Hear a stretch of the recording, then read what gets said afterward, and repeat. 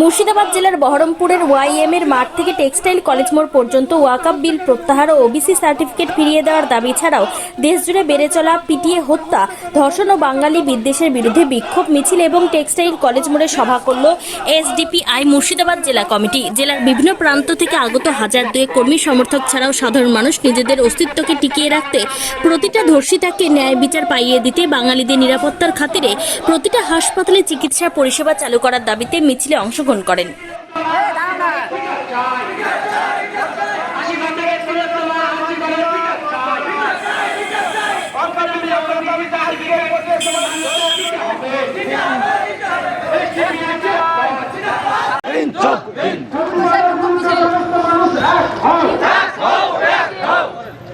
কেন্দ্রীয় সরকার পার্লামেন্টে ওয়াকফ বিল পেশ করেছে।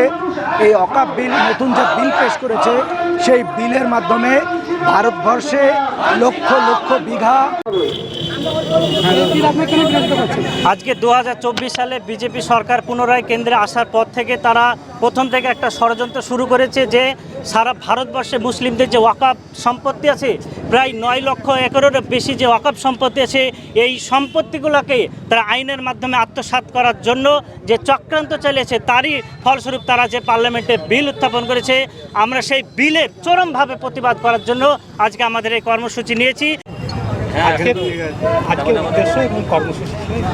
আজকের উদ্দেশ্য আপনারা জানেন, 2024-এ যে কেন্দ্রীয় সরকার পার্লামেন্টে ওয়াকফ বিল নিয়ে আসছে, সেই বিলের মধ্য দিয়ে আমরা মনে করছি ভারতবর্ষে বিশেষ করে মুসলিম কমিউনিটির ওপরে একটা বিশাল বড় ধরনের আঘাত।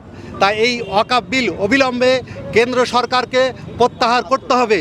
তারই বিরোধিতা নিয়ে সারা দেশব্যাপী social Democratic party of India